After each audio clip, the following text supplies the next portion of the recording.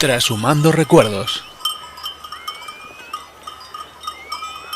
Se oían los silbidos de los pastores al amanecer o los cencerros del ganado que se movía, y me recuerda la trashumancia, que es lo que yo he vivido como ganadero. Consistía en trasladarlas de una parte muy lejos a otra, buscando lo mejor para el ganado, porque claro, aquí de invierno pues no podía pasarse. La nieve quitaba el pasto y me recuerda pues eso, una emoción grande. Mi trabajo principal, lo de toda mi vida. La trashumancia. Retazos históricos. El porqué de la trashumancia es el clima. En la península ibérica el clima presenta fuertes contrastes estacionales. Durante los meses de octubre a abril, los pastos abundan en el sur peninsular y al mismo tiempo las nieves cubren las cordilleras y sierras norteñas. Y cuando se agostan los pastizales sureños, por los calores del estío, crece el pasto en las zonas montañosas. Tales diferencias, según las estaciones, explican el éxodo de los herbívoros prehistóricos del Paleolítico. En aquella época, el hombre cazador iría tras las bestias para darles caza. Cuando los clanes cazadores de Homo sapiens comenzaron a domesticar animales y a dedicarse al pastoreo, recorrieron aquellas atávicas rutas cinegéticas, ahora como vías pecuarias para sus ganados.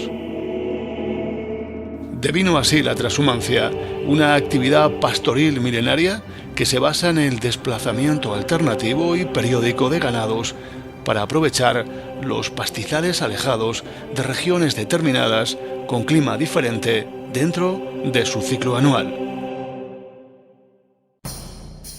La historia de España no puede ser entendida en su conjunto sin comprender la importancia que tuvo ese ir y venir de los rebaños por montañas y llanuras, como dejó escrito Azorín.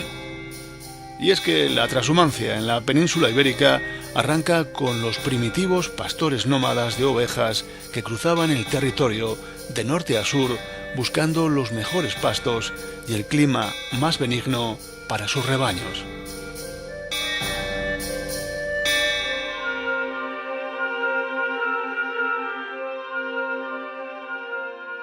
Ya en el siglo I a.C. se hablaba de calles pastorum, y en el siglo V el fuero juzgo de los visigodos documenta las vías ganaderas y alude a la regulación del paso de los ganados por campos abiertos y carreras públicas.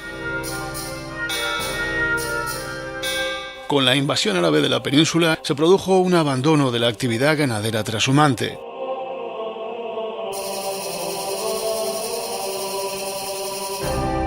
No será hasta mediados del siglo XIII, con la incorporación sucesiva de la llanura manchega y de las tierras de los valles del Tajo, Guadiana y del Guadalquivir, cuando la ganadería, que ha crecido con la guerra, se consolide y conozca un desarrollo extraordinario. Afianzadas las cañadas, pastores y rebaños pueden desplazarse por el reino de Castilla, desde los invernaderos hasta los agostaderos, para aprovechar los pastos durante la primavera y el estío. A principios de la Edad Media era costumbre entre los pastores y propietarios de ganado facer mestas, celebrar reuniones o asambleas locales para asignar a los animales descarriados a sus legítimos propietarios y defender sus intereses. Este proceso culminó con la creación del honrado Concejo de la Mesta, la agrupación gremial más importante de Europa en la Edad Media. Conscientes de que solo unidos podrían defender sus intereses, los pastores trashumantes se agrupan y crean una sola asociación, una Mesta de Pastores, y solicitan al rey Alfonso X que la legitime. El rey sabio, advirtiendo que el comercio de la lana era la columna vertebral de la economía castellana, institucionaliza en 1273 el honrado Concejo de la Mesta de los Pastores de Castilla, los homes bonos de los pastores, otorgándole protección y libertad de paso y pastoreo. En el siglo XIV, los pastores trashumantes consiguen seleccionar la oveja merina. Su singular lana, blanca, fina y sedosa, se convertiría en el vellocino de oro de la economía del Reino de España. Hasta el siglo XVI, la Mesta gozaba de la protección de los reyes, porque la lana merina era el producto de exportación más importante de España y prácticamente fue el principal abastecedor de las arcas del país. El monopolio lanero o vellón durante 5 siglos en los mercados europeos fue la principal sustancia de estos reinos, como señalaron los reyes católicos.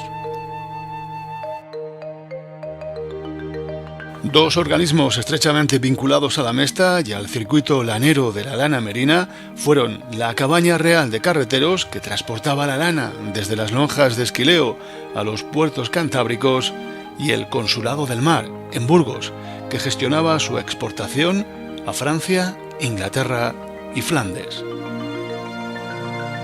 El siglo XVIII es la centuria en la cual la transhumancia como actividad económica alcanza lo que podríamos llamar su culminación histórica.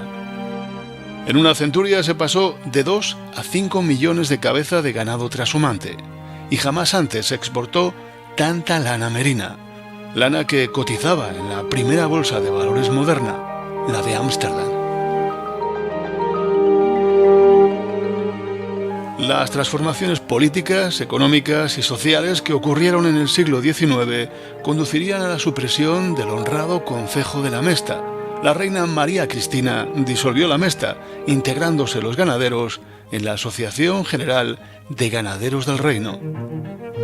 A partir de este instante, el descenso de la transhumancia es constante. En menos de un siglo, las cabezas de ganado se reducen a menos de 2 millones.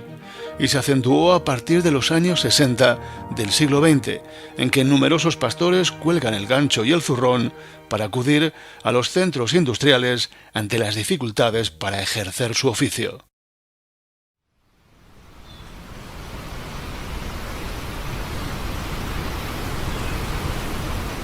Han sido muchas las zonas de la península ibérica donde a lo largo de la historia se ha practicado la transhumancia. Rezuman vivencias transhumantes las montañas de León, las serranías y montes de Cuenca y Teruel, el valle de Alcudia, Extremadura y el Alto Macizo Ibérico.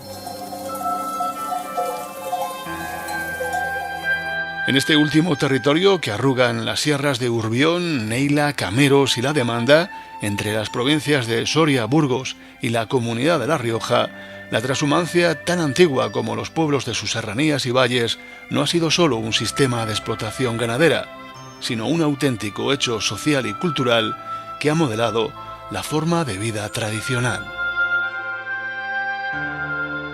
Es en estos pueblos serranos que han vivido los trabajos, las ausencias y los sacrificios de la vida transhumante, y donde aún perduran recuerdos y costumbres, donde encontramos a los actores de esta historia transhumante, los últimos eslabones de una cadena milenaria, los últimos testigos y representantes de un épico oficio. Pues me vienen los recuerdos, reparo mucho en ellos. El verano le pasábamos entero en los puertos. También recuerdo mucho la despedida y el camino. Para abajo pues era duro, porque ibas con la pena de despedirte de casa, la llegada a la finca, y se presentaba pues una temporada dura. También era muy emocionante la inversa, cuando llegábamos, pues tanta sensación como era tristeza el despedirse, era alegría el venir a casa. De casa a la majada, de la majada a casa. Después de invernar en los lejanos pastizales del sur, los rebaños trashumantes y sus pastores llegaban a primeros de junio a las sierras norteñas para pasar el verano.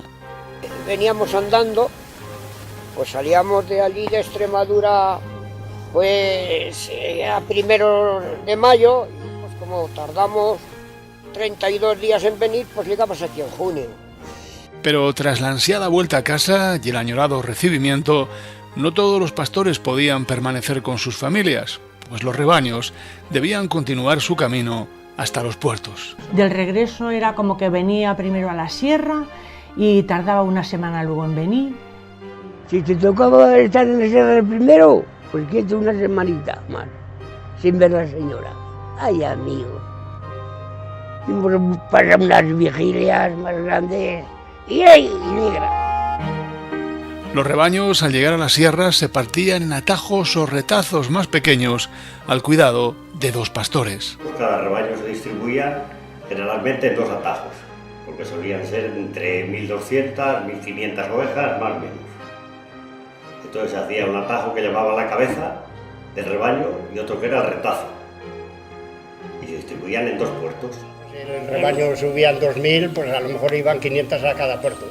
A cada puerto, y luego los puertos, unos eran de 500, otros de 700, de 800. Se clasificaban un poco las ovejas, dependía de los puertos, en un sitio se echaban más animales nuevos porque iban mejor, en otros iban peor o tal. Y después a los pocos días la carrerada solía subir aparte, lo que eran los sementales, y se les echaba a los 15 o 20 días de estar aquí y ya se le ponían los sementales. A cada atajo se le asignaba un puerto y en un paraje apropiado se emplazaba la majada, donde se levantaba el chozo, una pequeña cabaña de planta circular construida con piedras y un armazón cónico de madera. Esta sencilla construcción era el hogar de los pastores trashumantes durante su estancia en los puertos. Pues aquí vivíamos en una choza de piedra con un techo hecho de tierra. Cavábamos céspedes y cogíamos y los volvíamos boca arriba. Y la parte superior se dejaba para abajo y por arriba se echaba jirria. Jirria nosotros le llamamos al estiércol de la oveja cuando ya está muy seco y muy suelto. Porque luego las echaban basura del mismo corral de las ovejas, echaban un tomo de basura a lo mejor de 50 centímetros y eso no se calaba nunca. Las camas de los pastores estaban alrededor de las paredes. En el centro, en el suelo, se hacía el fuego para calentarse y cocinar, y los pocos enseres se repartían por el interior. Pues por dentro había, no sé, así en un lateral, ponían unos palos y luego unas escobas, que esa era la cama que teníamos, que no había otra cama mejor. Un balustrado con helechos de colchón. Vaya paños. Y luego si había unas pieles de oveja, las ponían también allí, y si no, pues solía haber 2 o 3 mantas, pues ponían una manta debajo y luego te ibas a la cama, solo te descalzabas, lo demás vestido como estabas. El espacio del medio, hueco, para tener el caldero que se colgaba de arriba y hacer lumbre y tener ahí sobre las orillas los recipientes de agua y otras cosas que se necesitaba. Por ejemplo, el chicharro de los perros para alimentarlos. De cada tajo se encargaban 2 pastores, que por relevos semanales se encargaban de cuidar el ganado en el puerto. En la majada, pues a turnos de 8 días. Solía ser cada 8 días, subía uno y descansaba otro. Bueno, pues vamos a acordar por no echar tanto viaje de 15 días cada uno, pues 15 días.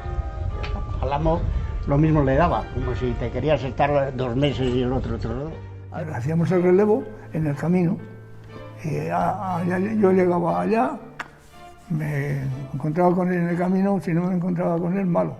Normalmente nos juntábamos en el camino de Neila para acá, en el collado de Neila, de Huerta, que se decía. Y ahí pues nos dábamos las noticias. Y yo desde aquí son 10 horas. Sí, 10, a la Lastrilla hasta 12. 12, pero sube, baja y ni carretera nada, caminos. Por monte, oscuro, de noche.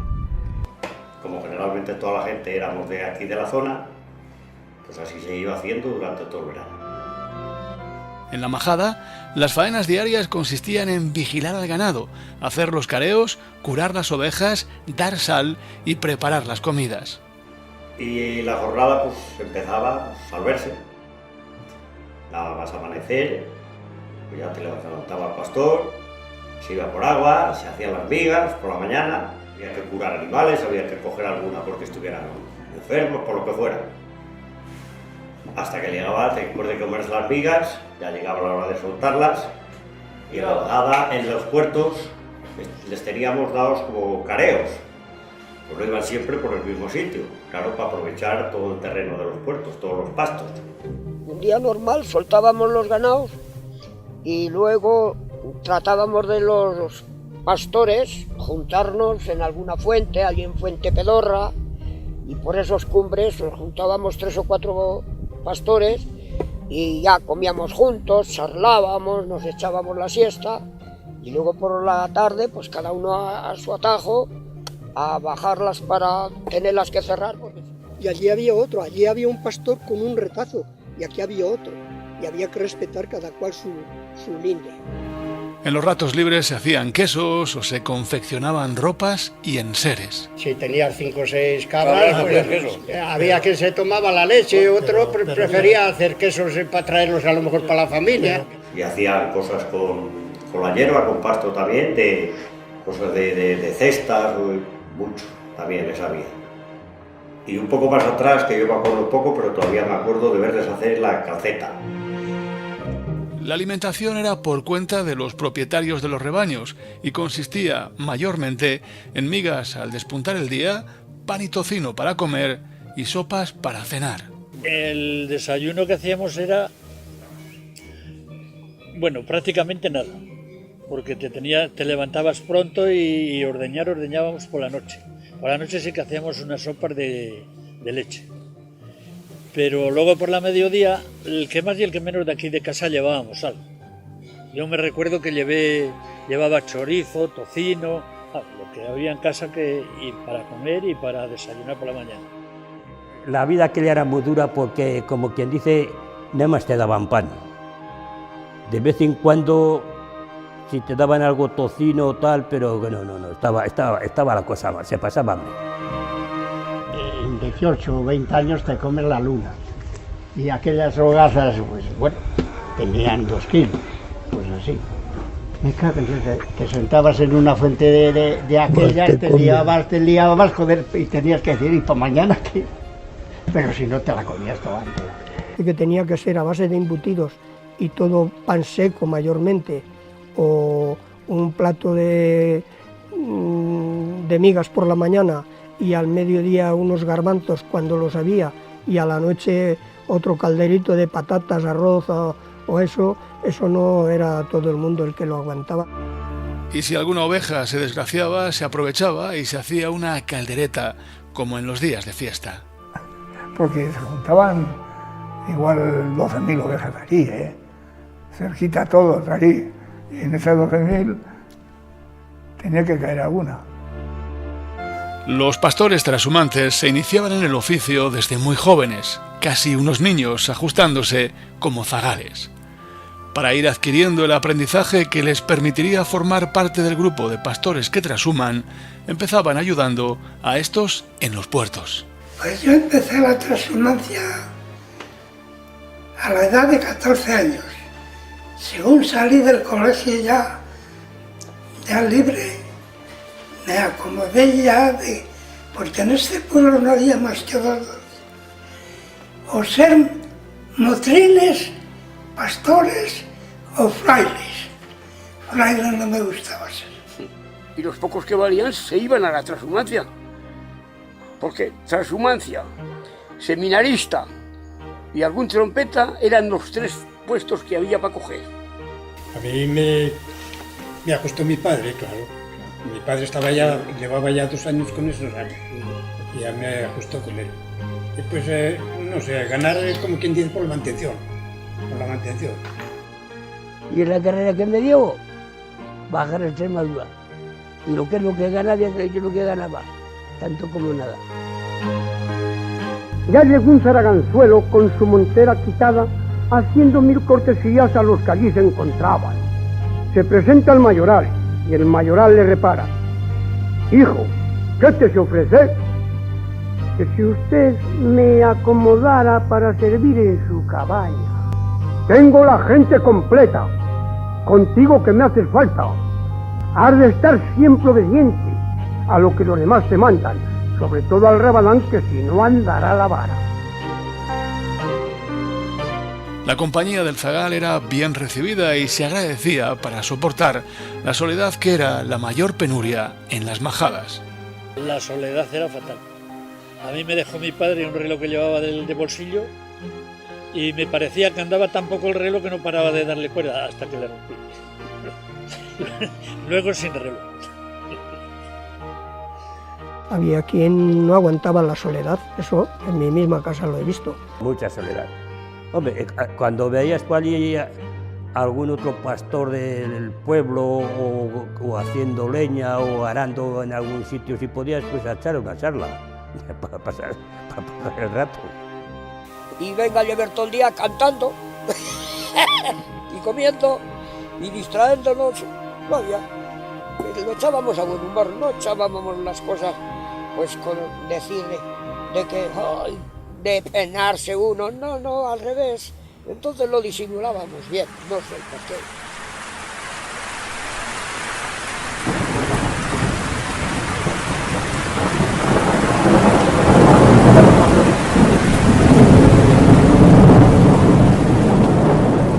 En los puertos, el mayor peligro eran las tormentas.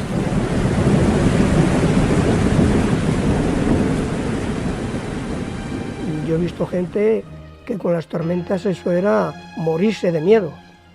Pero miedo es llorar y echar a correr a casa, donde fuera.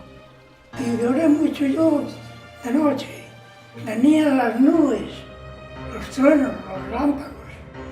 Oye, que metía yo la cabeza entre las mantas y que pasaban el resplandor. El resplandor, sí. El relámpago. Porque además se sabía que no era broma, que los rayos mataban. Y no ha sido el primer ni único pastor que ha muerto por electrocutado por el rayo. Ha habido varios. Estábamos en la puerta, mi hermana, mi madre y yo. Y venía una tormenta y dice mi madre, hijas, vamos a rezar el Padre Nuestro, porque el Padre está en la sierra y le cuepa.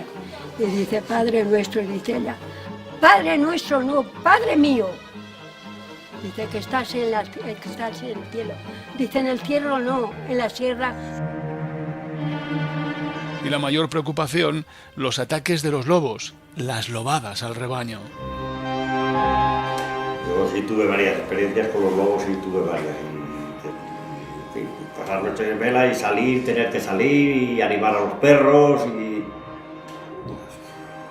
aquello había que defenderlo como fuera. Y claro, después dentro del mismo rebaño, si las había de los pastores y le tocaba a alguno de los pastores, pues no le hacía a nadie ninguna gracia de que te la matara.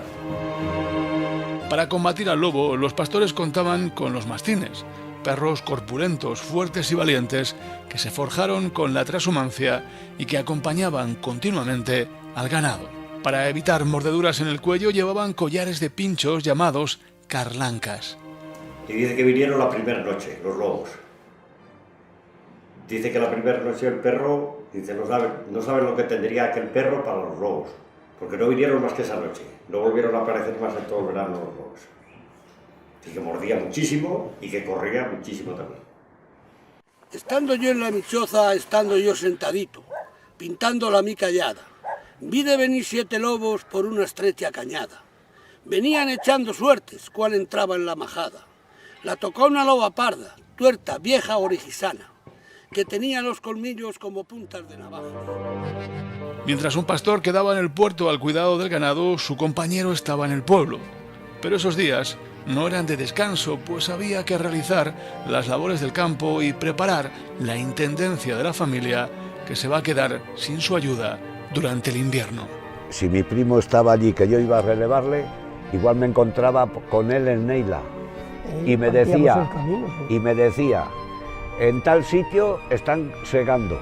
Pues no bajaba ni al pueblo, directo, ya tenía la hoz preparada allí. Lo que suponía estar en familia, la alegría que te proporcionaba, pero trabajar cuando se venía de pastores aquí, se trabajaba más con toda la seguridad. Y entonces había que recoger la hierba y había que dejar preparado todo para el invierno para que las mujeres tuvieran todo hecho. Vamos, todo hecho no lo tenían, pero bueno, por lo menos los trabajos más fuertes que los tuvieran hechos. Si tocaba hierba, pues hierba, y si había que ir a cavar patatas, pues a cavar patatas. Venía la siega a segar. Cuando era el tiempo de trillar, pues a trillar. O sea, las labores de campo arrastradas hacia su tiempo. Porque aquí en el pueblo entonces había que ir a segar, que segábamos a mano.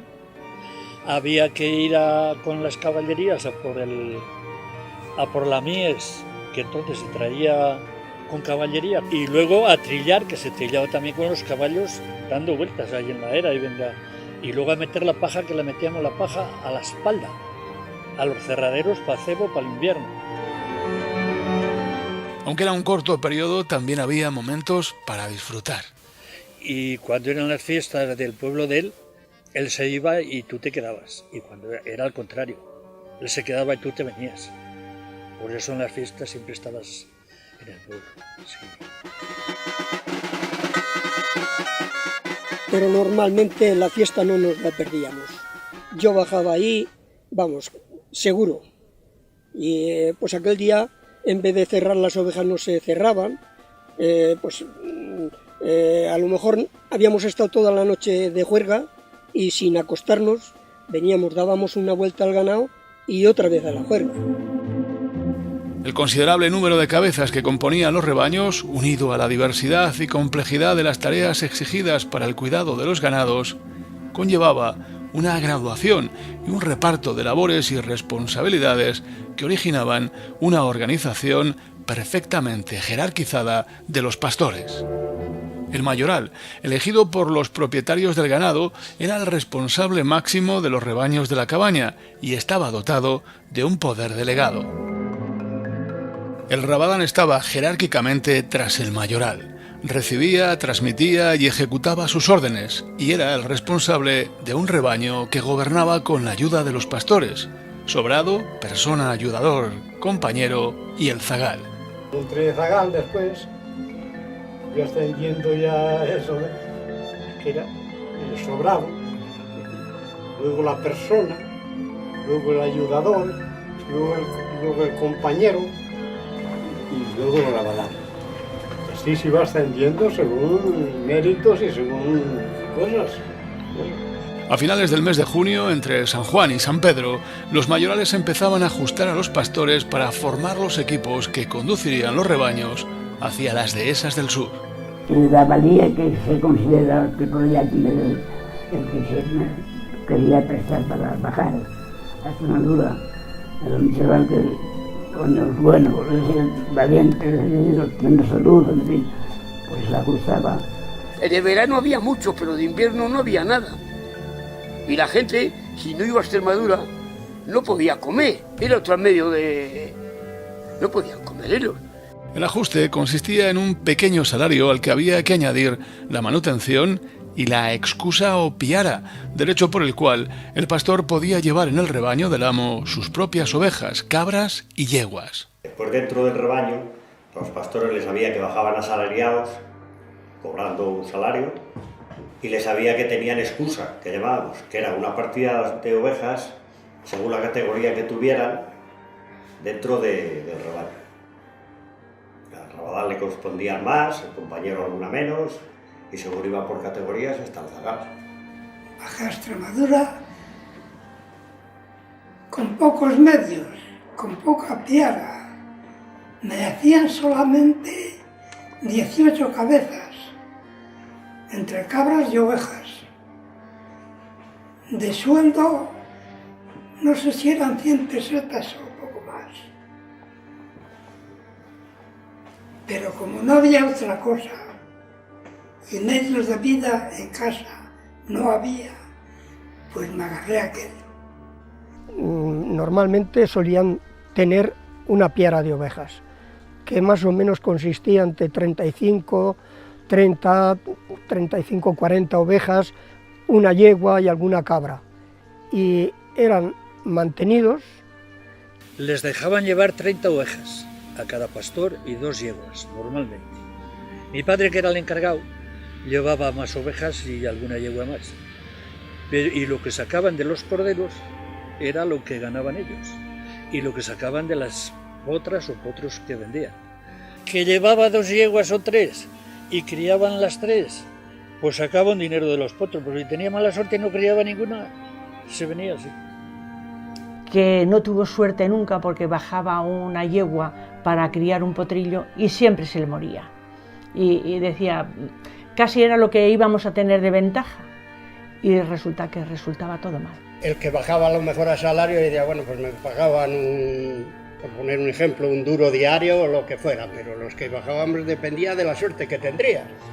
Si tenías una mala suerte que no criabas cordero, pues venías pues, con las manos limpias. Pues yo cuando bajaba pues no tenía ni ovejas ni nada, yo nada más bajaba pues eso, la 15 penitos. Igual me pagaban un duro, 2 duros al día. Sin embargo, la lana de las ovejas de los pastores correspondía al dueño del rebaño. La lana, como era en aquella época, por las condiciones que fueran, la lana de nuestras ovejas era para el agua. La lana se la llevaba el patrón, que me daba vergüenza ver una oveja, el vellón tan bueno, y que se la llevaría otro. Conscientes de que el verano se pasaba pronto y que el otoño se presentaría irremediablemente, ganaderos, mayorales y rabadanes estaban en contacto para ir preparando y disponiendo con antelación el aprovisionamiento de todo lo necesario, tanto para el viaje como para la estancia en la dehesa. Ya se van los pastores cañada abajo. Cuando los rebaños se fundían con las primeras nieblas otoñales y las lluvias del tardío acompañaban los careos, era la señal de que la estancia en los puertos tocaba a su fin, pues pronto la nieve invadiría las sierras y no debía encontrar al ganado que ya intuía la salida en las majadas. Ya cuando se ponía el mes de octubre, esos días ya de frío, ya medio levanto y tal, tenías que estar con mucho cuidado porque se te marchaban las ovejas. Que se marchaban ellas, solas. Por esas fechas, en más de un pueblo serrano, los hijos de los pastores arrancaban las flores despachapastores que adornaban los prados, pensando que con ese ritual retrasarían la marcha de sus padres.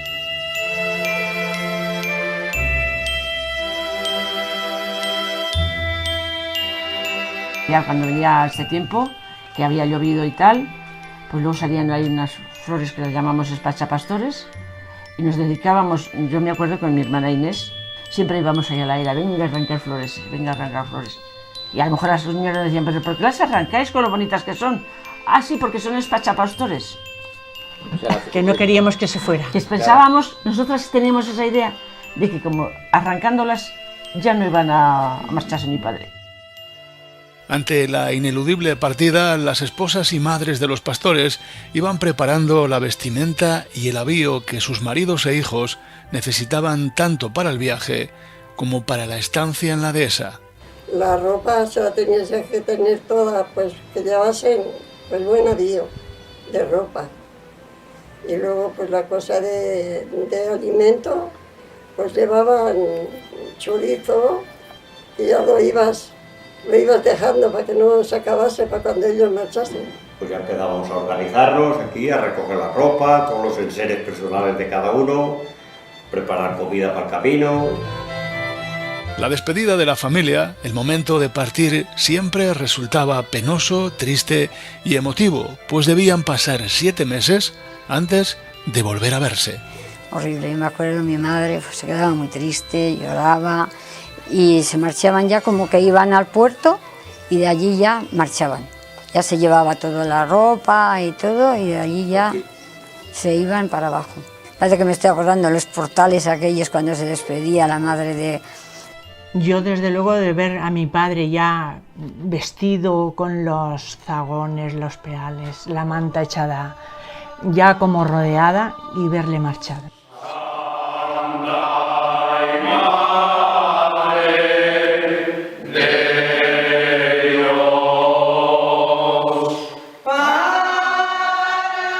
Era especialmente emotiva la despedida en la ermita de Vega, donde los pastores rezaban la salve acompañados de familiares y recitaban: Virgen de Vega, por aquí pasó mi padre, por aquí pasó mi abuelo, por aquí he pasado yo y pasarán mis herederos.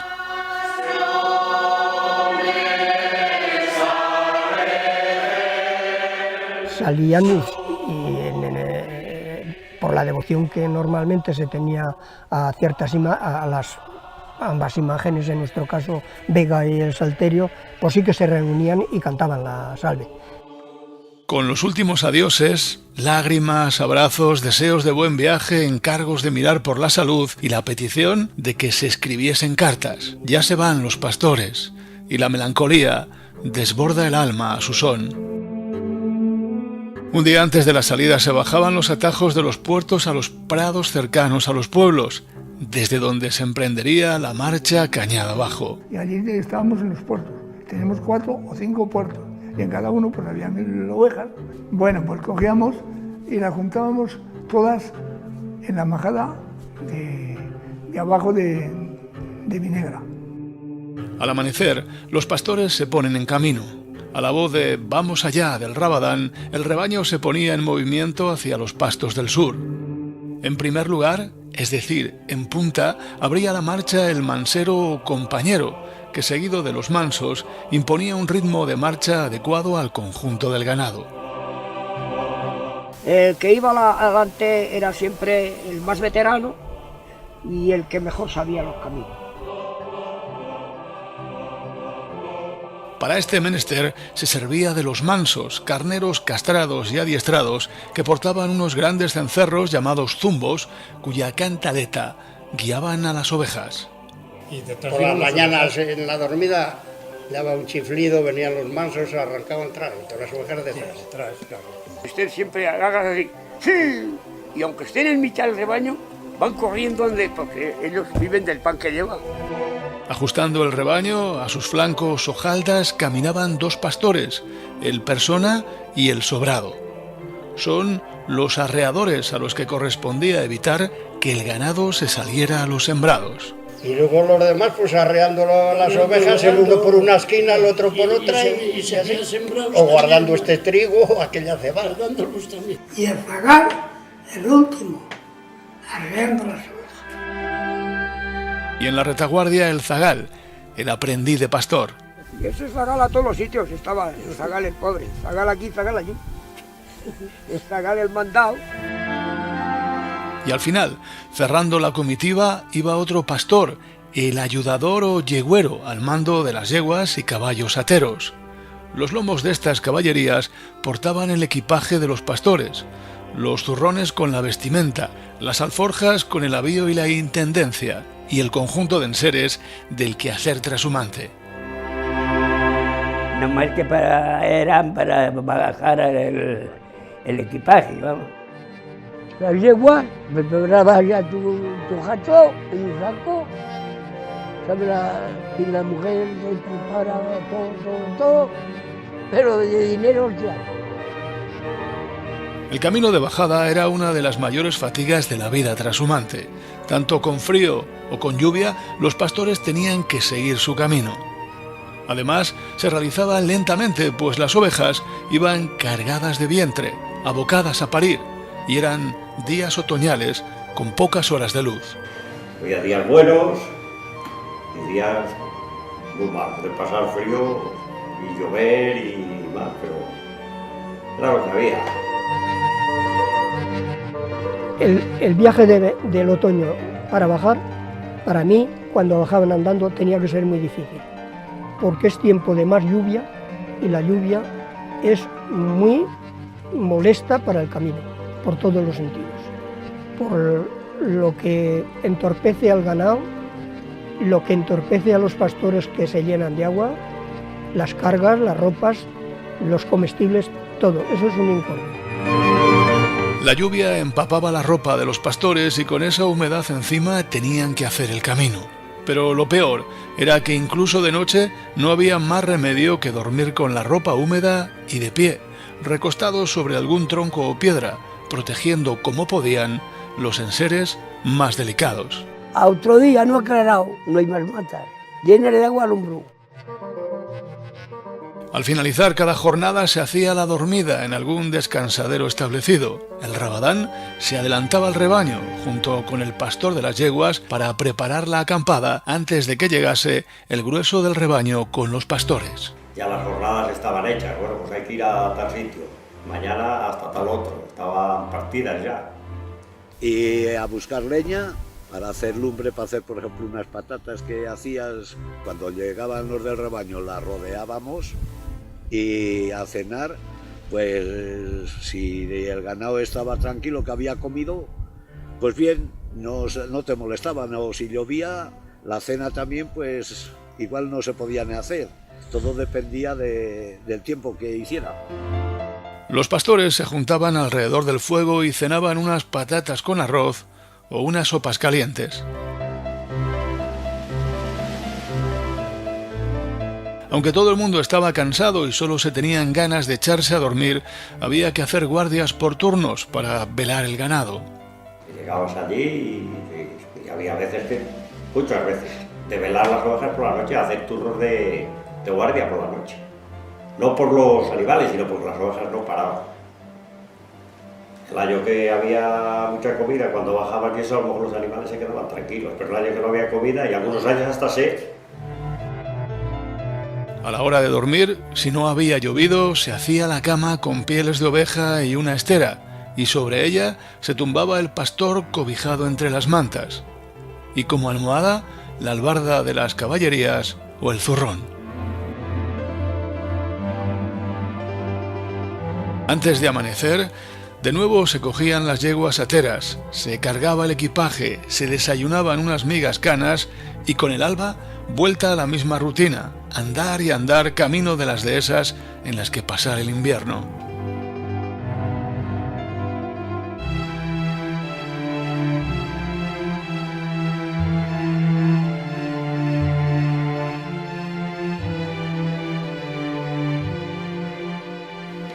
O sea, que íbamos cada noche a un sitio ya conocido y tirando hasta llegar a la punta. El paso de la comitiva trashumante por las poblaciones cercanas a la cañada se convertía en todo un acontecimiento. Todos, a ver las merinas, uy, que vienen las merinas. Y ya pasaban las merinas, luego venían las yeguas, uy, qué yeguas, hermano. Una alegría, si quiere, con los mansos, todo. Si se hacía de noche en las cercanías de un pueblo, algún pastor se acercaba a comprar suministros. Al ruido de las cencerras se acercaban algunos vecinos solicitando que el rebaño durmiese en sus fincas a cambio de la cena, unos pellejos de vino o algún otro detalle. Ponía la cena el de la finca, el del prau, y entonces, claro, entonces había algo que pinchar, algo tocino o chorizo. A medida que se hacía cañada, algunas ovejas acusaban el cansancio y había que subirlas a los lomos de las caballerías, al igual que se hacía con los corderos que nacían durante el camino. Aprovechando alguna estrechez del camino, como portillas y puentes, los pastores aprovechaban para contar el número de cabezas de su ganado. Las contaban en un sitio que teníamos una portillera que las contaban de vez en cuando. Se llegaba 50 y se volvía de nuevo, otra vez 1, 2, 10, según estaba contando. 50 y el otro estaba lo más normal era en la garrota. 22 rayas por 50, 1100, más 13 de pico, 1113. Cuando las ovejas traspasaban los límites de la cañada y comían los pastos de las fincas colindantes, el rabadán debía encargarse de pagar la contenta, propina que se daba a los guardas. El guarda que sea guarda, pues le da la propina, y se le da la propina y se gana, el ganado come y lleva la propina.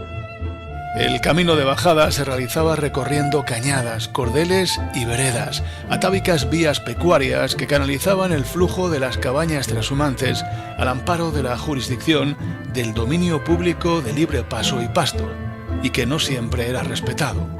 Por muchos sitios los labradores se metían hasta sembrar el cordel. Llegamos allí y todo el pueblo allí. Que no pasamos y eso, y se habían comido toda la cañada, que era de 90 varas, la mayor. Y no habían dejado ni 20. Me cago, con un rebaño de esos, pues tenías que llevar los trigos por delante. Se amontonaron allí y ¿qué íbamos a hacer 7 o 8 personas contra el pueblo? Fue el encargado, que estaba allí en el pueblo también, en el cuartel de la Guardia Civil, vino la pareja de la Guardia Civil con el capitán. Tiraron de cinta 90 varas. Puso una estaquilla aquí y otra allí, y aunque estaba sembrado, dice, tiren ustedes. Y allí se quedó el pueblo así, que pasamos y pasamos, ya está, se habían comido la cañada.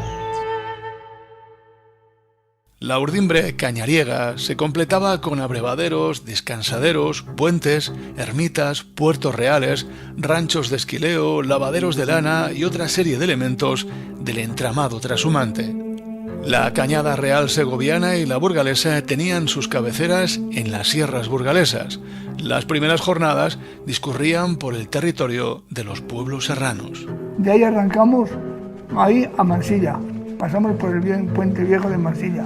Subimos por Villavelayo, a Canales de la Sierra, de Canales de la Sierra a Montorrubio de la Demanda.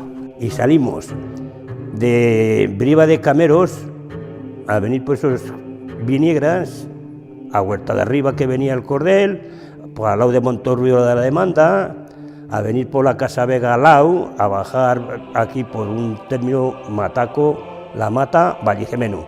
Se subía a la cumbre y toda la cumbre de las tenadas de Vallijemeno, de Quintanilla Orilla, de Valladolid Pez, y se bajaba a Hoyuelos de la Sierra, a la carretera que pasaba el Cordel, para luego ir por allí a Salas. Pero eran necesarias cerca de 30 dormidas hasta alcanzar las fértiles dehesas extremeñas de Invernada.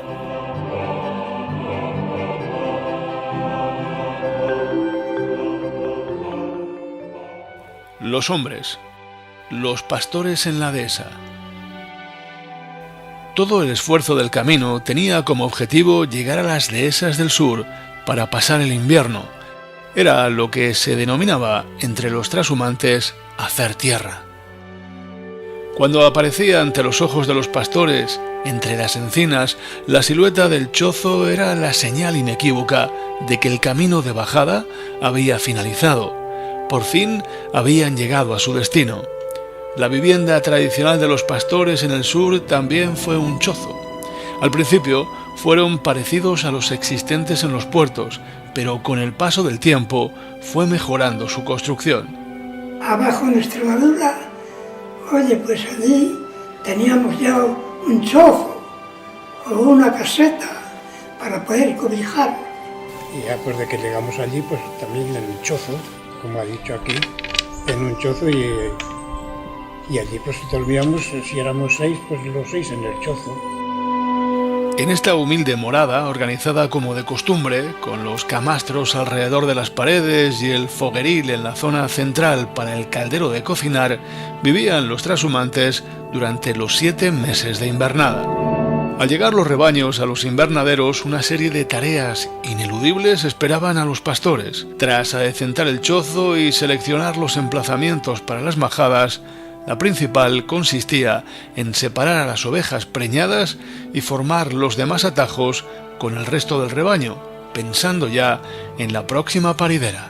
Mi padre, la costumbre de él, si eran fincas conocidas, lo que hacía era ir y recorrer los chozos, las majadas donde habíamos estado el año anterior, y buscaba personal para repararlos y bueno, la primera noche pues lógicamente se le daba rienda larga al ganado para que descansaría y comiera por la finca hasta que se hartaban, si había otoño, y después ya se apartaba el ganado y las que estaban para parir, preñadas, se dejaban en el centro en un sitio más descansado y las que estaban horras pues se las echaba a pastorear por las orillas de la finca para que aprovechasen las orillas y dejasen el centro para el ganado que o iba a parir o estaba parida.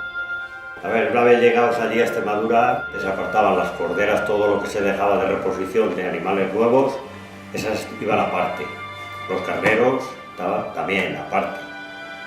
Y después dentro de las ovejas, que eran de vientre, ovejas de parir ya, pues a lo mejor se hacían 2, 3 atajos hasta que empezaban a parir.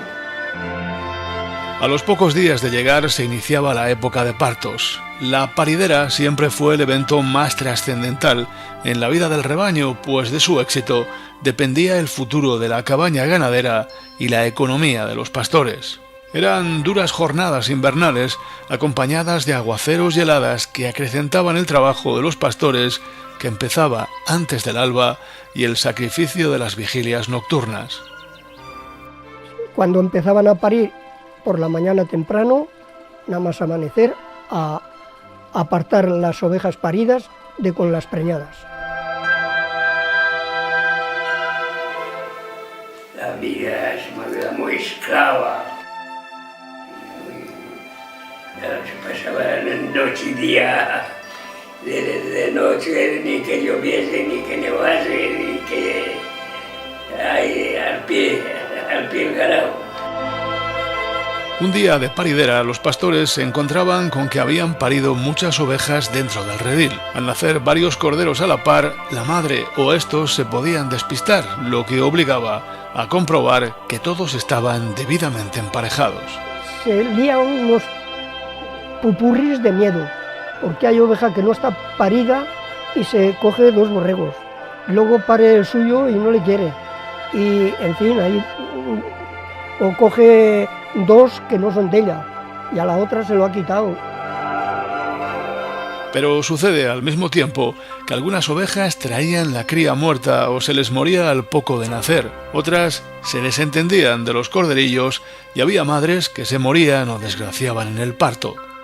Para percatarse de todos estos eventos, se sacaban las recién paridas y sus crías del redil con el objetivo de observar mejor las nuevas parejas de madres con sus crías. Para que comiesen sin apartarse del cordero, porque ellas no quieren dejar el cordero.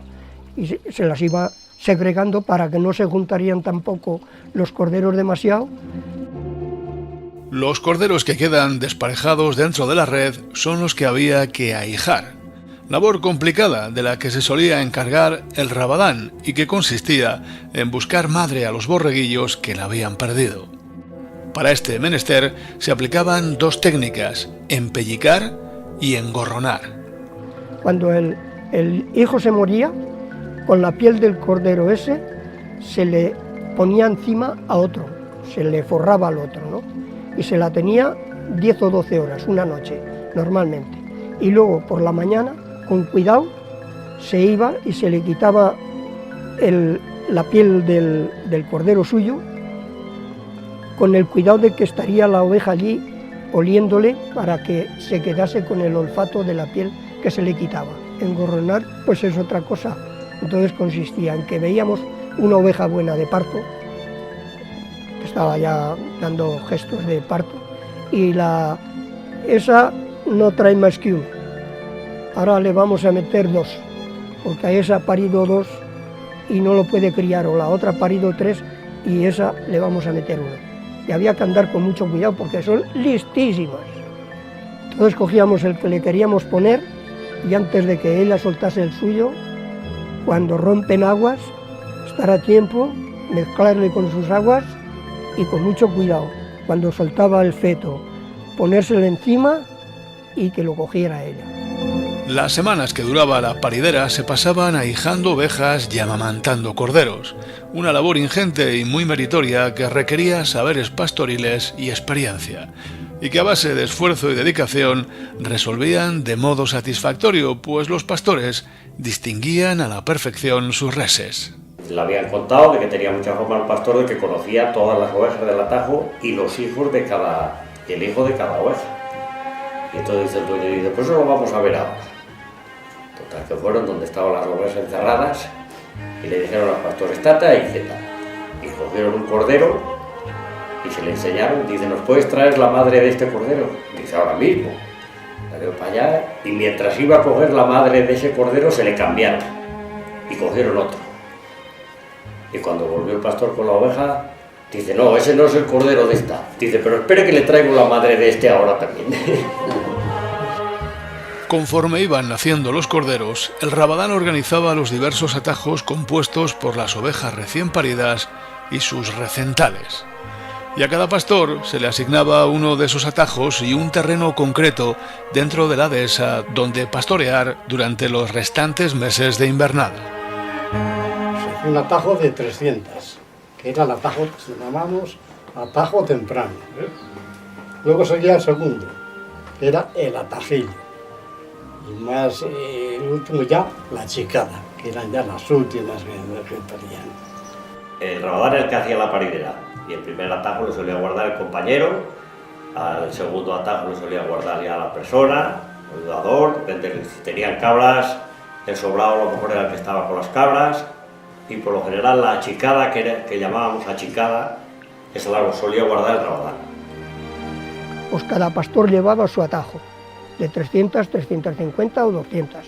Cada uno iba con su atajo, le cuidaba por el careo que le correspondía, se marcaban sus careos, este para el atajo 1, este terreno para el atajo 2.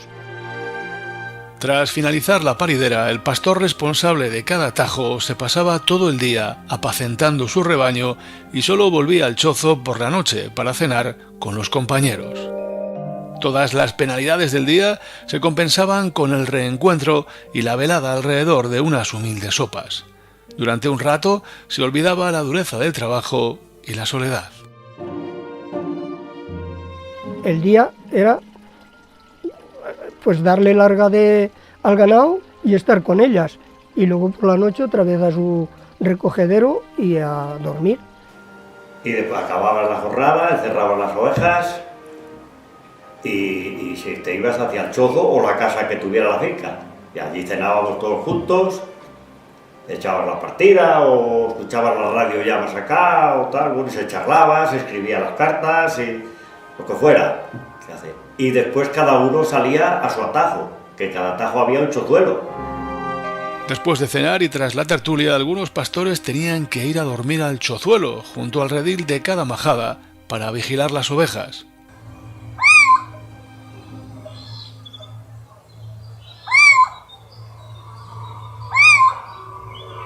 Como complemento al chozo se utilizaba el chozuelo, una pequeña cabaña portátil de construcción vegetal que hacía las funciones de un chozo móvil en la que cabía un solo pastor que entraba agachado por una pequeña abertura. Pero de noche cada pastor iba a dormir al chozuelo, a un edificio que no levantaba más que esto. Entrábamos arrastra como las culebras para poder entrar. Teníamos las mantas tiradas para atrás, las volvíamos para arriba, ya estábamos tapados. Así pasaba. Se cenaba en el chozo y uno de los pastores se venía a otro chozuelo al pie del ganado para evitar, cuando había lobos, evitar los lobos y ayudar a los perros. En Extremadura había muchísimo lobo en aquella época y claro, se mete un par de lobos en un atajo de ovejas y te hace la de Dios. Al amanecer, los pastores que habían dormido con un ojo abierto en el chozuelo se encaminaban al chozo a desayunar las migas. Tras el desayuno compartido y el intercambio de las posibles novedades nocturnas, nuevamente se dirigían a sus respectivas majadas para soltar el ganado para un nuevo y rutinario día hasta la noche. Por la mañana te levantabas y nada más levantarte, pues otra vez al chozo. A reunirte allí, desayunar, las vigas, realmente, y después cada uno con su atajo. Las tareas del zagal también eran sacrificadas, sobre todo por la corta edad de este. Bien ocupado tenía el día entre pastorear y ordeñar las cabras, buscar leña, preparar el migado, fregar el caldero, limpiar el chozo e ir a por agua. Lo primero que se levantaba y a dar el repasto a las cabras, ¿sí? Porque en cada rebaño a lo mejor unos tenían 50, otros 100, iba con ellas el zagalillo. Venían a la majada a la vuelta de hora y media, se ordeñaban, que ha dicho usted, y a almorzar, las migas canas que se llamaban. Solamente en Navidad se hacía alguna comida extraordinaria que se regaba con vino para distinguir esos días, pero las alegrías culinarias no apagaban la añoranza del corazón de los pastores que sentían en esas fechas aún más lejana la lumbre de la casa familiar con los seres queridos. Se celebraban, ¿no? Ya decimos, ¿no? Aquel día pues hacía excepción de un frite en comida y en bebida. Y bueno, mucho lugar de juerga no había porque estaba el trabajo pendiente, pero siempre se hacía excepción. Te acordabas mucho de la familia que habías dejado y a ver si se pasaba pronto el invierno para volver otra vez para arriba. Lo pasabas bien, pero acordarte de la familia de casa, indiscutible. Separados de sus familias durante 7 meses al año, el único medio de comunicarse con los seres queridos eran las cartas donde los pastores contaban los pormenores que acaecían en sus vidas del destierro ganadero. Y las cartas no había más. Generalmente solían ir, lo que comentaba, que solían ir gente a recoger pieles, a recoger eso, y todavía pues eran casi esos los que hacían un poco de intermediarios entre llevar el correo a los pueblos y recogerte la correspondencia que venía, que claro, venía a los pueblos y te la traían a ti. Y a veces te mandaban buenas noticias, otras veces pues no llueve, pues no tenemos hierba, pues el año es malo, de todo había. Ya estaban las cartas desde allá, echándoles las cartas y leyéndolas a las mujeres, a los pobres maridos, allí, 7 meses allí sin verlas. Pero también misivas del Rabadán al mayoral y de este al amo de la ganadería reseñando los acontecimientos de los rebaños. La majada de cada atajo se movía cada cierto tiempo de su emplazamiento y con ella la red y el chozuelo. A esta actividad de mover la red los pastores la denominaban majadear o arredilar, y el objetivo era que el ganado fertilizase con sus excrementos, con su estercolado nocturno, diferentes parcelas de tierra. Pues había cada atajero, tuvo el atajo tuyo, tú te encargabas de cuidar el atajo y capear la red todos los días, por lo cual se iba estercolando todo el terreno y se cambiaba todos los años, nunca se ponía en el mismo sitio, siempre se cambiaba, por lo cual el terreno ganaba un montón. A medida que avanzaba la estancia en la dehesa, los días eran más plácidos y más largos, así que los pastores aprovechaban los ratos libres o los momentos de tranquilidad mientras cuidaban el ganado para hacer labores artesanales. Estezaban las pieles con las que hacían zurrones, chalecos y zagones, confeccionaban recipientes de corcho, tejían sogas con las crines de las yeguas y caballos, tallaban cuernos, madera y huesos para hacer enseres como vasos, badajos, callados, cucharas, punzones y agujas. Muchos de estos objetos artesanales el pastor se los ofrecía como el mejor regalo a su regreso a casa, a su novia, mujer e hijos. Con el pasar de los días el invierno quedaba atrás y la primavera se asentaba en las dehesas. Los pastores sentían, a pesar de estar ocupados en los trabajos propios de su vida pastoril, que cada nuevo día era el anuncio de su próxima partida. La añoranza de la familia y el anhelo por regresar al pueblo se rumiaba con mayor ansiedad al abrigo de los días cálidos. Por fin ya tenían que ir pensando en los preparativos para el camino de vuelta cañada arriba que les llevaría a pasar el verano en los puertos de sus sierras y en sus hogares junto a los suyos.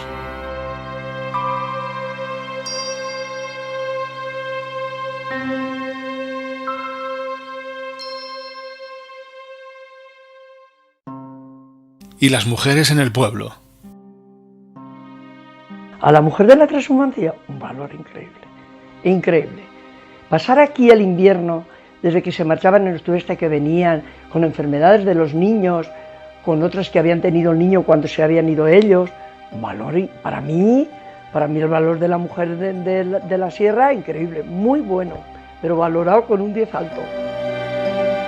Con la salida de los rebaños trashumantes cañada abajo, en busca de los pastos de los extremos, los pueblos serranos se vaciaban de hombres. Solo las mujeres, los ancianos y los niños permanecían en los hogares familiares. Aquí no solía quedar más que el maestro, el sacerdote, los hombres ya mayores que no podían trabajar y, si acaso, el herrero. Aquí de hombres en plena actividad no quedaban más. Se dedicaban todos a la transhumancia. Pero del resto de los pueblos, de Tolbaños de arriba, yo creo que iban casi todo el pueblo. Y de Neila muchísimos también. Mi padre, por ejemplo, y mis hermanos bajaron los tres algún tiempo. No mucho, pero bajaron alguna vez. Mientras los pastores estaban con su actividad ganadera en las dehesas extremeñas, la vida transcurría en los pueblos bajo el puntal de las mujeres serranas.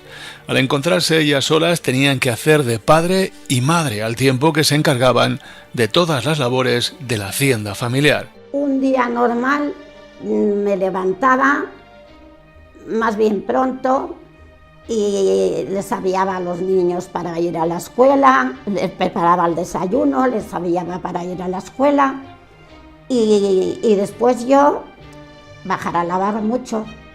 Y teníamos que ir arriba a lavar y en el invierno era todo un puro hierro. Teníamos que coger una azada para poder hacer el yoyo, para poder lavar. Echaba la sábana y para cuando ya la ibas a coger ya estaba helada.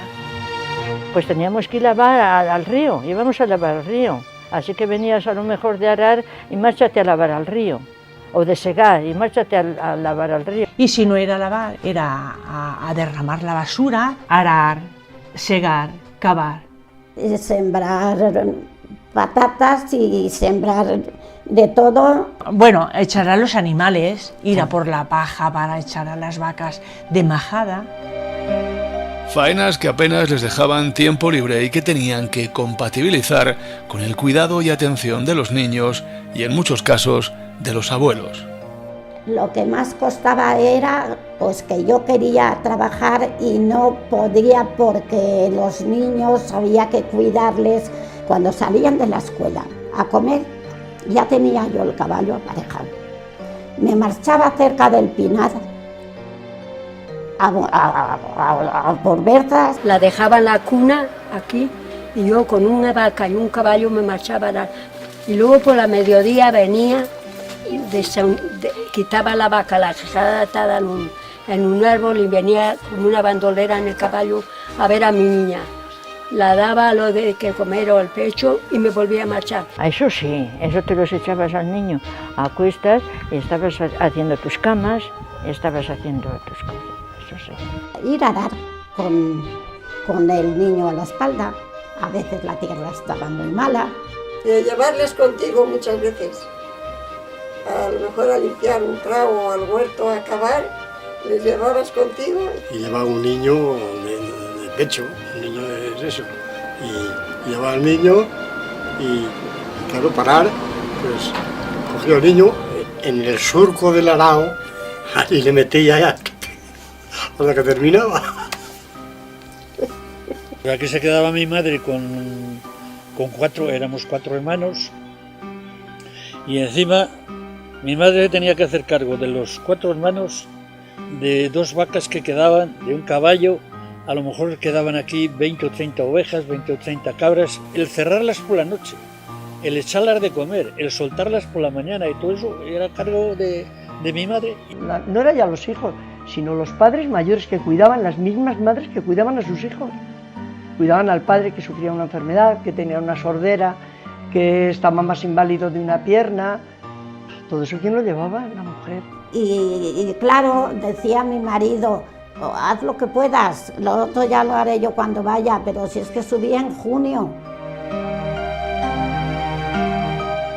Al esfuerzo que implicaba la realización de estas tareas había que añadir la falta de comodidades en los hogares, la adversa climatología de los meses de invierno en las sierras y en no pocas ocasiones la circunstancia de que estas mujeres se encontraban embarazadas, pues los ciclos migratorios condicionaban la vida de las gentes serranas, concentrando los nacimientos en los meses de marzo y abril. Te encontrabas, pues eso, como sola de momento. Después ya con los hijos, pero ya tenías un entretenimiento muy grande.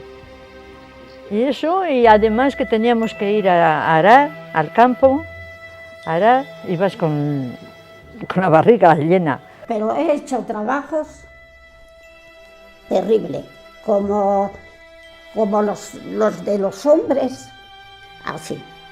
He cargado los caballos, he bajado pajacuestas. Embarazada del mayor, he bajado pajacuestas y faltaba un mes para que naciera. Sí, porque yo nací en abril, él estaría allí, claro. Y mi hermana en marzo y el otro también en abril, así que todos. ¿Esta nació en enero? Pues mira, y yo en febrero. Si la jornada de los pastores en las dehesas era de sol a sol, la de sus mujeres y madres era aún más prolongada y sin duda más fatigosa y sacrificada, pues siempre había cosas que hacer y pocas manos a ayudar. Tocando a las señoras que se quedaban aquí, pues ya nos comentaban, más sacrificadas que nosotros.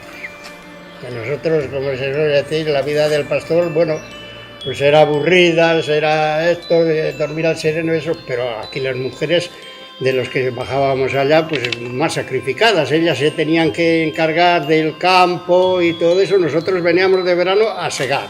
Aunque estarían enfermas, tenían que hacerlo, digamos.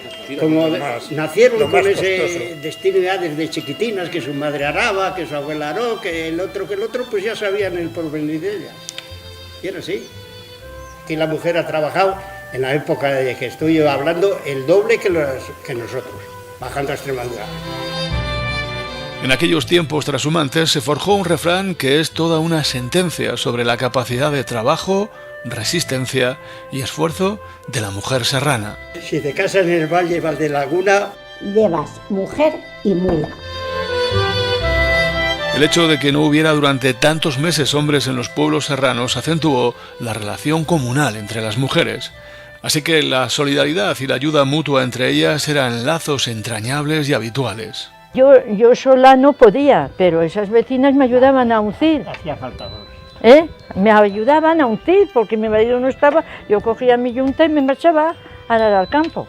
Todos los niños no nacían en un hospital, nacían en una zona rural. Si la mujer se ponía mala, ¿quién le ayudaba? ¿Quién soportaba todo eso? Pues la vecina, la prima, la amiga, lo que sea, pero el valor era de la mujer. Yo, para mí, la mujer en la transhumancia ha tenido un valor increíble, increíble. Mi padre me ayudaba mucho, unas cuñadas que vivían aquí, y la una estaba casada pero no tenía hijos, la otra estaba soltera, pues también me ayudaban mucho. Mucho y... Vamos, que todos te ayudaron menos yo. Ay, pues en esa cuenta estate, ¿tú qué me vas a ayudar si estabas allá? Aunque cualquier rato libre era bueno, principalmente por las noches, las mujeres se solían reunir en alguna casa al calor del hogar para charlar entre ellas al tiempo que tejían. Durante esas veladas, conocidas como trasnochos, entre puntada y puntada, se cantaba, se contaban historias, cuentos y los pormenores de los pastores en las dehesas, que entretenían y hacían las delicias de los hijos más pequeños. Los vecinos, las que estaban en Extremadura, pues como mi madre y las vecinas, pues se juntaban las tres, a lo mejor, o cuatro que había. Se hilaba también con los carros, lo hilaban la lana y luego se hacían calcetines o jerseys. Te reunías a coser. Los días buenos, nosotros ahí, mucho al sol, pues ahí cosíamos y hacer punto. Y a dar gusto al paladar. Lo que queríamos.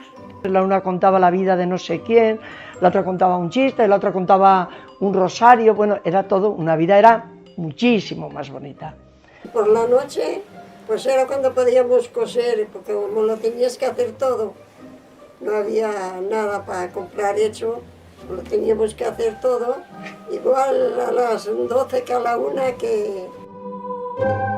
Los hijos ayudaban a sus madres en todo lo que podían a pesar de sus cortas edades, incluso cuidaban de sus hermanos pequeños. Colaborando desde que tenías 7 o 8 años. 7 y menos. Antes. Sí. Pero desde el más mayor hasta el más pequeño, con 8 años, pues cada uno en la medida que podía traíamos la leña y íbamos todos. En alguna ocasión hemos sido los 6 o 5 a por... El que podía con un palo, el que podía con dos.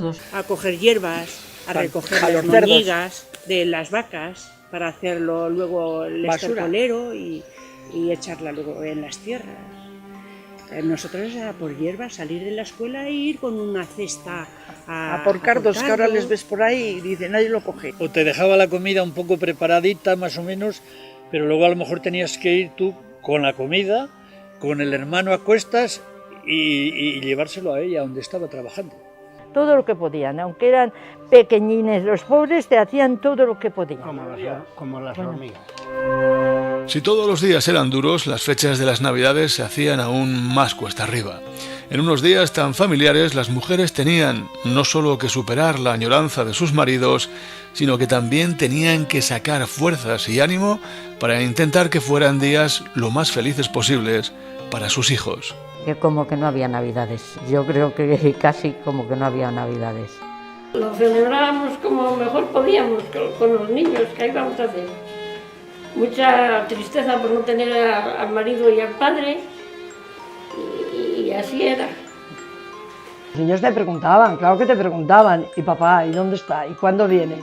Eso te lo hacían, claro que te lo hacen, eso te lo hacían muchísimo. Nos hacían la vida fácil tanto la tía Manuela, que era la que era viuda, entonces mi madre era como si fuese otra viuda, y nos juntábamos los hijos de ambos y lo pasábamos bien porque no querían que nosotros lo pasáramos mal en la ausencia de mi padre.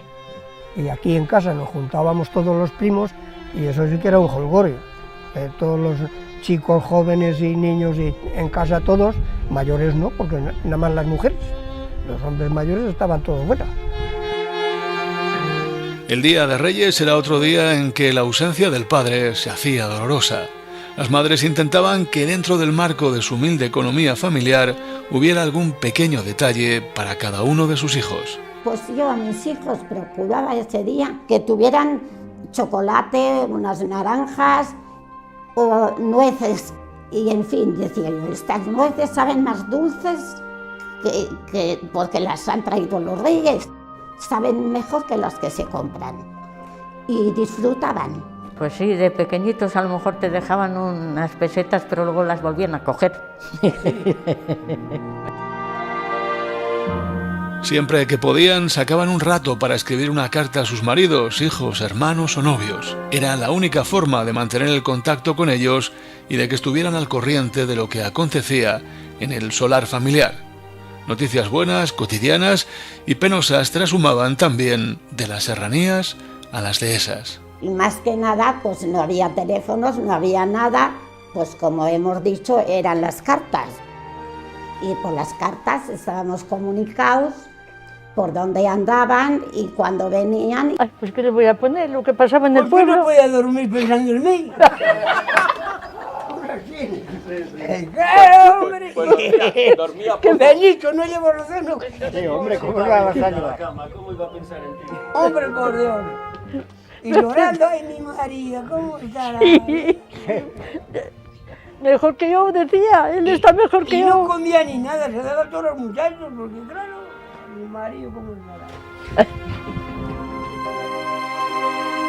La ausencia de la mayoría de los hombres de sus hogares, con todas las secuelas familiares y sociales que conllevaba, era, durante los meses que duraba, el mayor sacrificio y, por tanto, el más alto precio que pagaban tanto los pastores como sus familias. en noviembre por San Martín, el 11 de noviembre o por allí. Y luego no volvían hasta junio, claro. Así que eran unos meses. Pues oye, ya te ibas haciendo a ello, pues el primer mes te costaba mucho, después ya te ibas haciendo y ya pensando nada más en la llegada que llegaría ese día, pero que eran 7 meses. Qué tristeza que llorera luego cuando vimos marchar. Pero luego tuvimos la mala suerte que se me murió la hermana mía, la que me seguía. El día Nochebuena, esa fue la cena que tuvimos, la muerte de mi hermano. Y mi padre de Extremadura, le escribieron una carta y le dijeron, dice, mira Luis, te vamos a dar una mala noticia. Dice, se te ha muerto una hija y el pobre no pudo venir. La vuelta a casa cañada arriba. A tu tierra, serrano, que ya canta el cuco, no esperes a que cante el abejaruco. A finales de abril empezaban a escasear las hierbas en las dehesas. Sin embargo, en las sierras de los trashumantes, hasta hacía poco cubiertas de nieve, empezaban a despuntar los pastos al abrigo del calor primaveral. Así que había que ir pensando en subir. Allá en Extremadura empieza a calentar el sol y se seca el pasto y deja de ser ya abundante, sí, pero seco. Entonces se hacía el viaje a la inversa, subir andando desde Extremadura aquí, unos aquí a Tolbaños de arriba y otros pues a toda la zona de Cameros y muchas zonas de Burgos, pero especialmente aquí sobre la sierra. Los pastores, con la alegre inquietud de la próxima partida, iniciaban unas jornadas antes los preparativos para abandonar sus cuarteles de invernada. A la alborada de un día de primeros de mayo salían los rebaños de las dehesas y comenzaban a desandar el camino otoñal, cañada arriba, de retorno a casa. Se reunían todos los ganados con el fin de que se adaptaran todas las manadas y se unieran y se hermanaran unas con otras. Se les ponían los cencerros grandes y luego ya llegaba el momento de recoger la majada, que era pues ir preparando todas las cosas de personales, equipando comidas, cargando los hatos, ropas y majadas de las ovejas. Y luego ya llegaba el momento, pues nada, por la mañana temprano se salía, se cargaban los animales, las ovejas, o sea, las yeguas o caballos, se cargaban y marchando al camino. Si no estaba la finca en el mismo cordel, pues se buscaba su salida correspondiente y hasta llegar al cordel y luego pues camino adelante, vía pecuaria adelante hasta donde estaría el destino de llegada.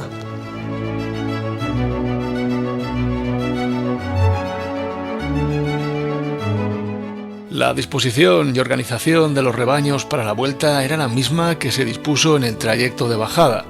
Los mansos al frente, las yeguas cerrando la comitiva y los pastores cubriendo el frente, la rabera y los flancos junto a los mastines.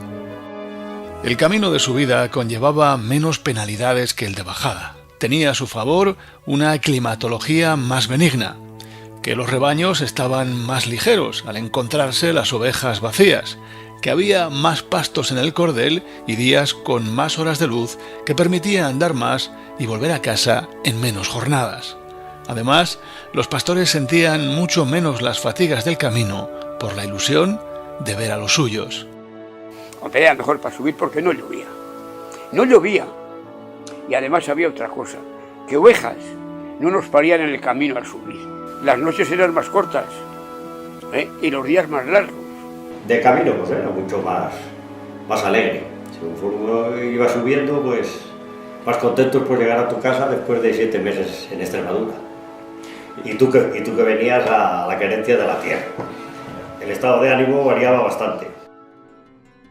Jornada a jornada, acompasando el paso al ritmo de los árboles en flor y los campos germinados, los rebaños avanzaban y llegaban a las dormidas con el mismo orden que salieron, y a la mañana siguiente partían con la misma comitiva que llegaron.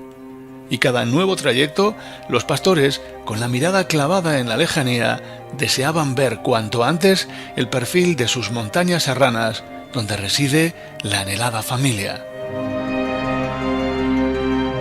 En los años 40 del siglo pasado se generalizó el uso del ferrocarril para el trasiego trashumante. Los desplazamientos de antaño andando por las cañadas fueron sustituidos en parte por el viaje en tren. Pastores y ganados viajaban juntos y la treintena de jornadas de camino se transformaron en 48 horas de viaje y algunas caminatas cortas hasta los embarcaderos de las estaciones. Esta revolución ganadera supuso el principio del paulatino abandono de las milenarias cañadas.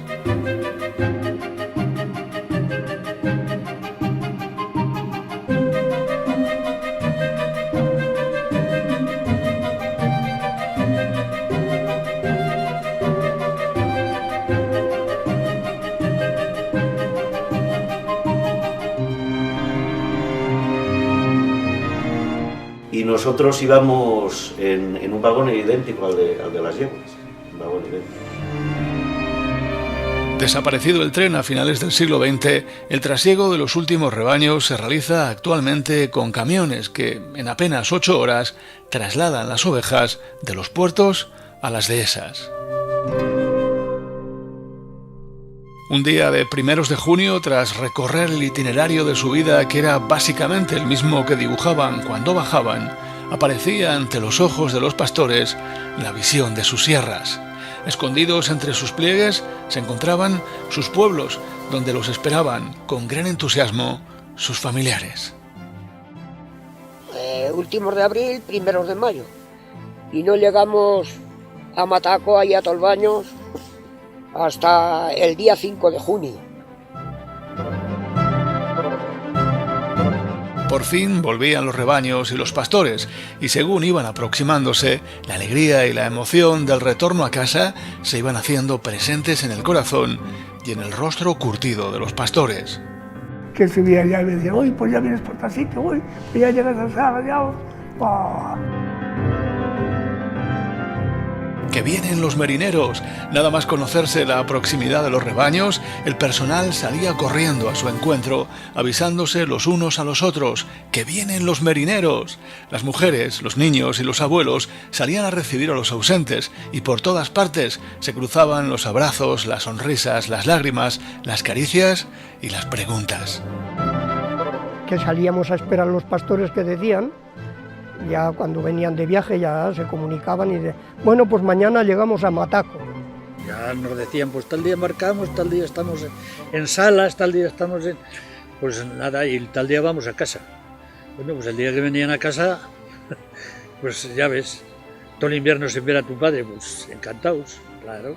Decía mi madre, ya ha bajado un ganado por los campos, por encima de Santa María, levantaros, que ya bajan por ahí. Y todos los chavales del pueblo.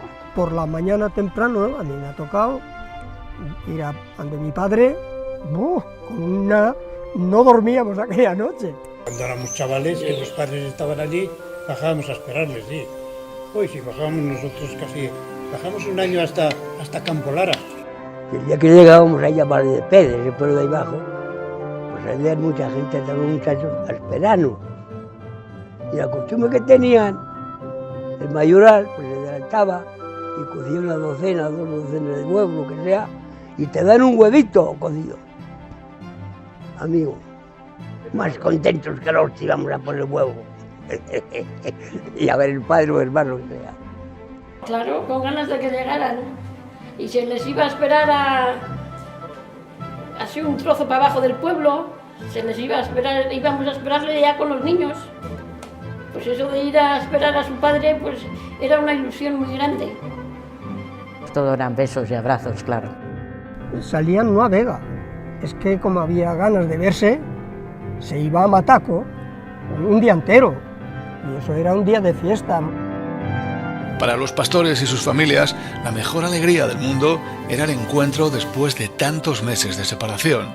Era un día de fiesta que se celebraba con las mejores viandas posibles en las campas de la ermita de Vega. Cuando veníamos, salían a esperarnos a Vega, que llamamos. Pues hacían ahí como mataban una cordero en Vega, se hacía una comida y ahí salían pues a recibir a eso.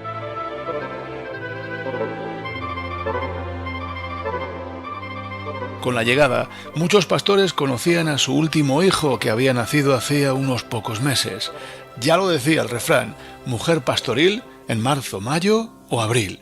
Y aunque en la última carta habían sabido de su paternidad, el estrecharlo entre sus brazos era una profunda emoción. Que nacían los niños y claro, cuando venían de Extremadura no conocían a su padre ni su padre conocía al niño, ¿no? Era curiosidad. Como eran trashumantes, estaba claro dónde nacían.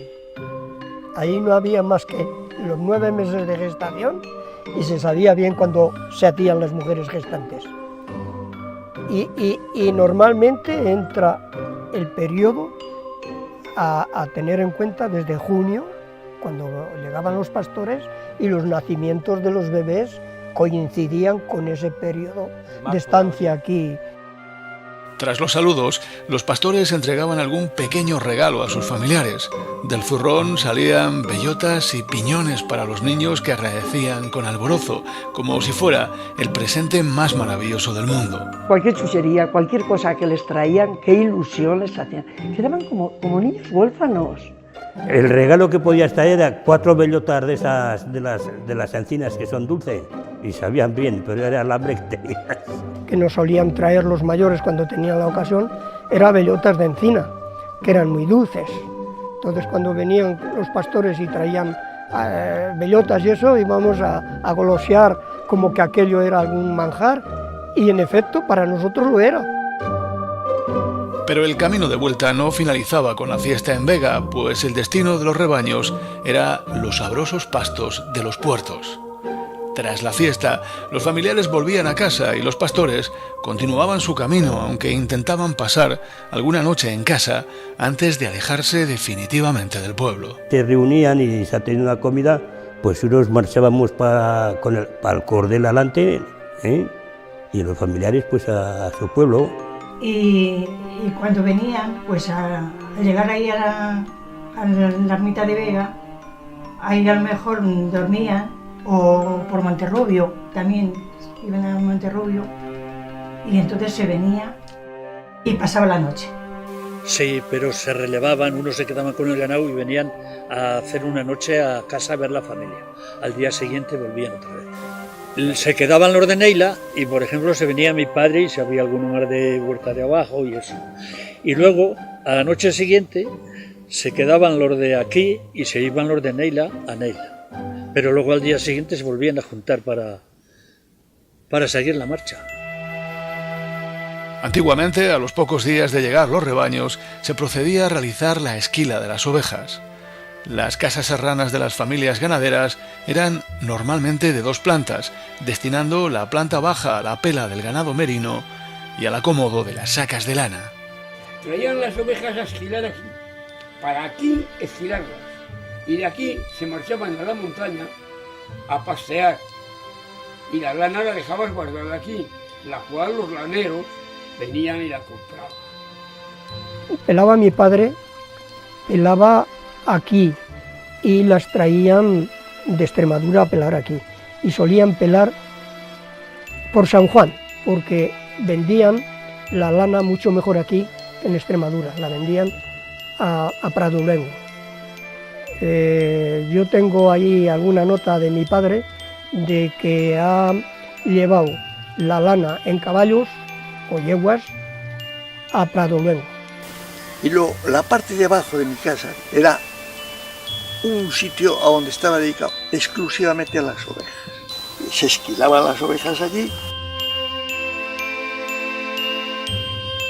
Esta actividad respondía al proceso económico de cosechar los vellones de las ovejas para su comercialización, pues en el valor de la lana residía la auténtica riqueza de la actividad trashumante. Valía más que la oveja. Yo lo conocía a 107 pesetas el kilo. Que normalmente una oveja con una cría andaba sobre 3 kilos. Sobre 3 kilos encima. O sea que la oveja igual valía de carne 50 pesetas. Y solamente el velón de lana ya valía 300.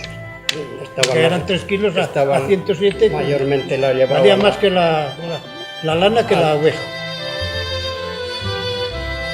Inmediatamente después de la esquila se procedía al marcaje de las ovejas con la pega o marca de pez, acción que los pastores denominaban pegar las reses. La marca del propietario, impregnada en pez, se implantaba sobre el costado de la oveja. Las reses de los pastores, la excusa, llevaban la misma marca que el amo, pero en distinto lugar para poder diferenciarlas. Las de los criados se les ponía en el lado derecho, y las otras en el lado izquierdo. Con la distribución de las merinas en los puertos se cerraba el ciclo trashumante que se había iniciado con la partida de rebaños y pastores cañada abajo.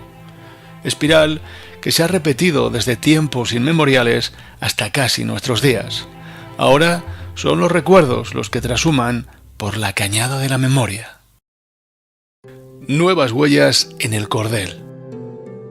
Al escuchar los relatos de la epopeya de la vida trashumante, la historia en suma de una saga de pastores y sus familias con sus prácticas ganaderas ritualizadas en el tiempo y las estaciones, la sensación es que se cierra una puerta en la casa de la historia. Ya la estampa de los recios trashumantes al frente de sus rebaños es más una escena del recuerdo que una imagen de nuestro tiempo. Ya el dolondón de los cencerros por las cañadas es un eco melancólico. Ya no hay risotadas en las majadas. Ya no hay pastores, ni las palabras que traían. La trashumancia de antaño, tal y como fue, ya no volverá. No le veo futuro ninguno a la transhumancia. Hay muchas pegas también, muchas pegas. Los caminos, las viviendas no son buenas, los puertos están muy sucios, la soledad. Pero tal vez no todo invite a la nostalgia y al recuerdo. Tal vez aún la puerta de esta historia trashumante está entreabierta y por esa rendija se cuelan nuevas propuestas, tanto ganaderas como ecológicas, sociológicas y educativas, dispuestas a tomar el relevo del pasado y a mantener viva su memoria y su legado. ¿Acaso existe la posibilidad de que la trashumancia no desaparezca definitivamente porque aún en algunas comarcas serranas subsisten jóvenes ganaderos trashumantes herederos de una tradición milenaria que creen viable la supervivencia de esta actividad ganadera adaptada al correr de los tiempos? Que además de permitir un racional aprovechamiento de los recursos, contribuye al sostenimiento del entorno natural y al mantenimiento de una población ligada a la tierra. Ganaderos y pastores que necesitan el apoyo y la comprensión de las administraciones y el reconocimiento de la sociedad para seguir estando ahí. Hombre, yo creo que la transhumancia puede seguir existiendo. Hoy tenemos conocimientos técnicos, tenemos los camiones, tenemos teléfonos móviles, tenemos cercados eléctricos. Es cuestión de organización, de organizarse entre comunidades autónomas. Tenemos conocimientos técnicos, tenemos tecnología que la podemos aplicar. Hoy un hombre con un ordenador puede saber perfectamente un microchip en una oveja, puede saber perfectamente dónde está el rebaño, no tiene que dormir necesariamente allí todas las noches. Entonces tenemos que aplicar toda esa tecnología que conocemos a un mundo moderno, un mundo donde los rebaños pueden seguir trashumando. Tenemos gente en las universidades, en los centros de investigación, y es bueno que siga manteniéndose esta corriente de una forma moderna. Hay que arreglar los chozos, ya no es de recibo que también un pastor viva en un chozo ahí de cualquier manera. Y yo preconizo que puede seguir, se puede seguir, y en otros países hay pastores, y los ganaderos son hombres prestigiosos, como puede ser un abogado o un ingeniero. Y usted es pastor, sí, pero yo soy pastor, y un pastor entra a cualquier sitio como que fuera un ingeniero o cualquier otra persona. Entonces tenemos que apostar por nuestros recursos, tenemos que meter tecnología, y yo creo que hay futuro, Por cañadas y cordeles ha viajado, subiendo y bajando, junto al trasiego de los rebaños, todo un sistema de cultura pastoril. Y hoy, sobre esa herencia que constituye un patrimonio único de 125.000 kilómetros de caminos ganaderos, el 1% del territorio nacional, se sustenta el futuro de la memoria trashumante. Si además del uso prioritario ganadero, cañadas y cordeles se conciben como un patrimonio cultural de primer orden, como una franja viaria de dominio público con riqueza natural, valores históricos, artísticos, sociales y educativos, estaremos apostando por su salvaguardia para usos tradicionales y alternativos. La huella indeleble que ha dejado la transhumancia en nuestra cultura, hoy en día reconocida como patrimonio inmaterial de la humanidad, es una invitación a recorrer sus ancestrales caminos.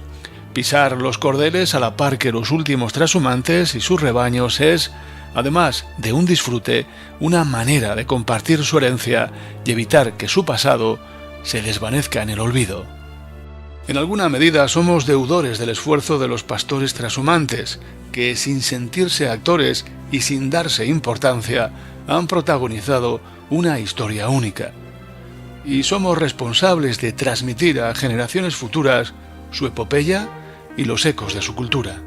La transhumancia tiene un legado muy importante, importantísimo, no solo es el económico, quizás el económico es el menos importante, aunque fue muy importante durante 5 siglos, bueno, todo el mundo lo sabe, la lana castellana, la lana leonesa, cotizó en los mejores mercados europeos. ¿Por qué es importante todo esto? Bueno, es por primer lugar por la historia, una historia tremenda, que en cualquier país no ha habido una organización en todo el mundo tan importante como la organización de la Mesta, con lo cual teníamos que estar orgullosos y conocerlo, y conocer todos estos detalles que no se ha dado en ningún país del mundo, todo lo que fuimos capaces de hacer, de organizar un comercio internacional, cómo fuimos capaces de todos esos lavaderos tan importantes que funcionaban en Segovia, todos los esquiladeros, todos los transportistas, la cabaña de carreteros, todos los navíos que partían de Bilbao, de Santander, cómo estaban organizados los seguros marítimos que se crearon entonces, los consulados del mar que teníamos en todos los países de Europa, en fin, una riqueza que yo creo que merece la pena que la conozcamos. Bueno, pero aparte de eso, pues está el legado de las cañadas, es importante esos 125.000 kilómetros de vías pecuarias que tenemos en España, que hoy se pueden, con una ley de vías pecuarias, pues pueden ser utilizadas para andar a caballo, andando, en bicicleta, en fin, que se pueden utilizar, tienen usos alternativos, que conservan puentes, abrevaderos, esteaderos, unas infraestructuras impresionantes. Y a veces cuando viene gente del extranjero y le contamos estas cosas, pues se quedan admirados, como en Alemania, en Francia, están haciendo senderos de naturaleza, cuando aquí los tenemos más de 125.000 kilómetros y los tenemos abandonados. Bueno, el legado de toda esta cultura, todas estas palabras, chozos, construcciones, formas de vivir, formas de cocinar, cantidad de cosas, dichos populares, leyendas, en fin. Y también importantísimo el legado que tenemos es la conservación de los puertos, la creación de los puertos de merinas en la montaña, que venían así escriturados puertos para ganado merino fino, no venía para otro, ¿no? Todos estos puertos que tenemos en las alturas, que no lo vemos desde abajo, esos pastizales que se crearon por el hombre a base de un uso correcto durante siglos, y tenemos la creación también de las dehesas de Extremadura, todas las dehesas de Cáceres, de Badajoz. Por esos motivos confiamos en que su trashumar de recuerdos, añoranza infinita, sea una invitación a dejar nuevas huellas en las veredas donde sus vidas ganaderas quedaron enredadas. Improntas que rememoran que un día caminaron por estos senderos hombres con recuerdos milenarios que durante siglos movieron sus ganados desde los puertos de las montañas norteñas a las abrigadas dehesas del sur. Mientras, al cuidado de la familia y hacienda, permanecían en el solar familiar sus mujeres y madres, aguardando un regreso que demoraban las heladas y las nieves. Pastores de perfil de manta y cayado, eslabones de una cadena remota que se pierde en la estirpe del primer oficio, el pastor trashumante. Yo reconozco que es muy duro, como ha quedado aquí claro. Lo viví y no lo cambiaría. Por nada. Pero hemos hecho algo. y estamos hoy orgullosos de lo que hemos hecho. ¿No que sí? Sin duda, sin duda. Yo mi recuerdo pasado lo acepto como positivo 100%. Sí. Y en las mismas circunstancias lo he dicho cantidad de veces y no lo digo por decirlo, porque es que lo siento. Me apuntaría otra vez a la vida que he pasado sin ningún temor, tal como yo lo he vivido, lo que he vivido. Lo acepto como positivo sin ninguna duda.